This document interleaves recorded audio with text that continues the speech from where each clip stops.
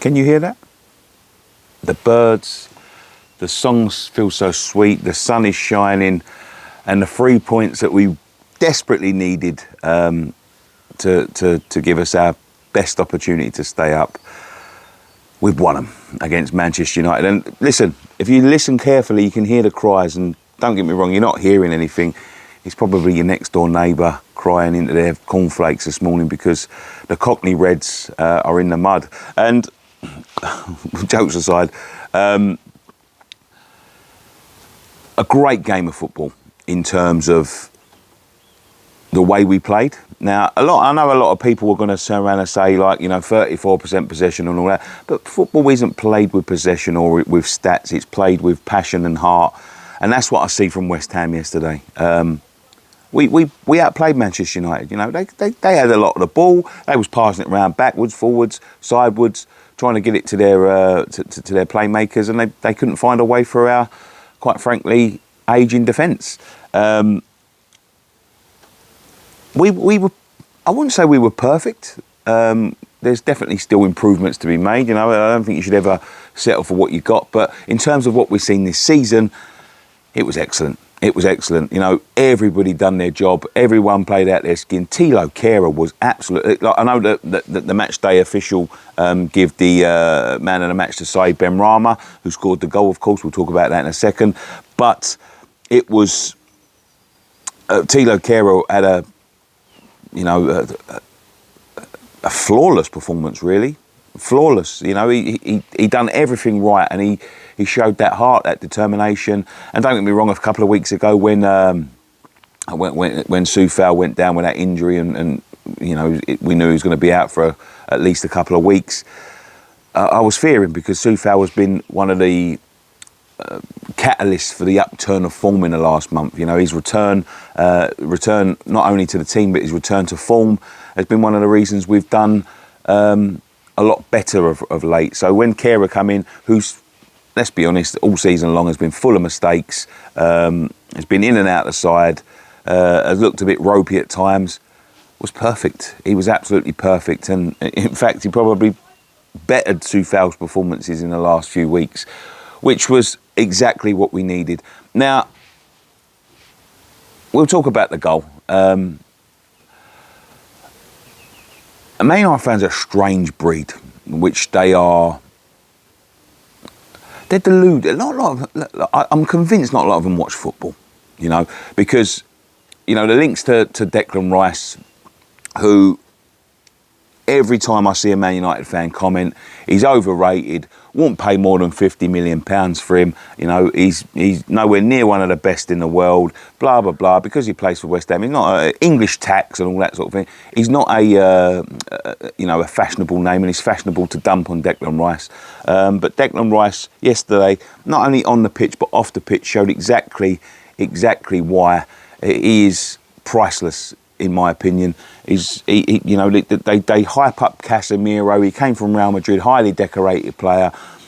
Well and good. I'm not saying Casemiro's a bad player. Now, for one, Casemiro has spent the season going around kicking the shit out of people, which he should have quite rightly been sent off last week for. He escaped a second booking, so he probably shouldn't have been playing in this game.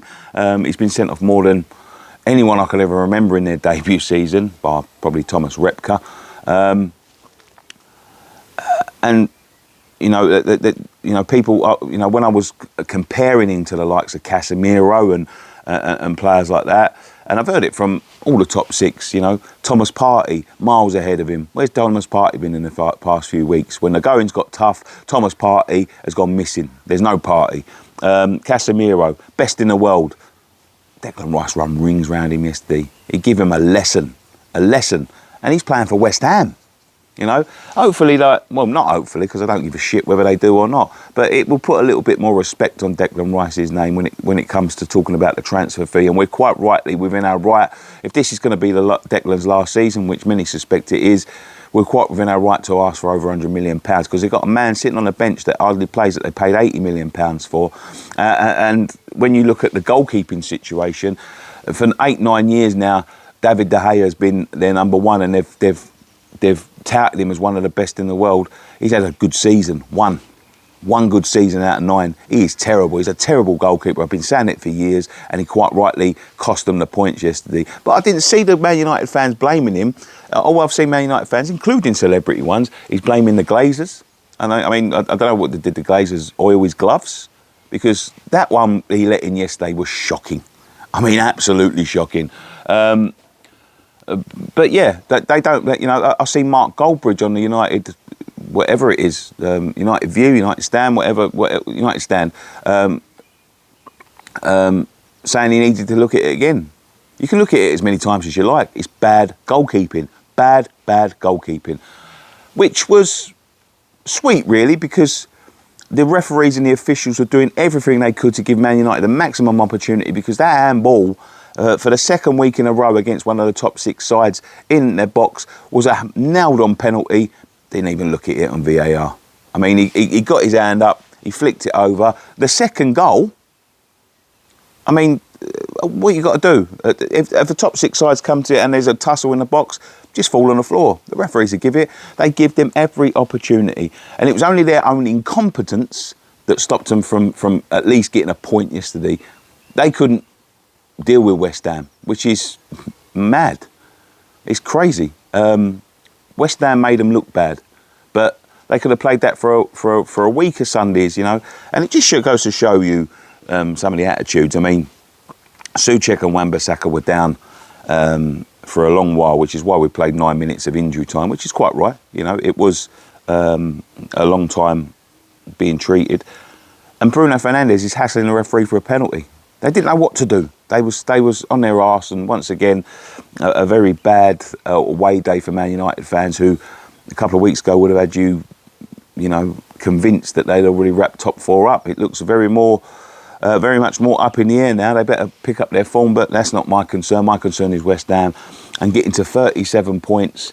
I wouldn't say it's guaranteed, because it's not mathematically guaranteed, but I'm going to find it very difficult for the 3 or 4 or 5 teams below us on 30 to be able to pick up enough points to catch us. And I think we'll get another win or 2 before the end of the season. I think we're going to beat... we're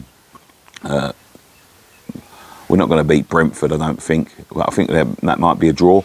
But I think we'll beat Leeds, and we've got a good chance of beating Leicester. But that doesn't matter.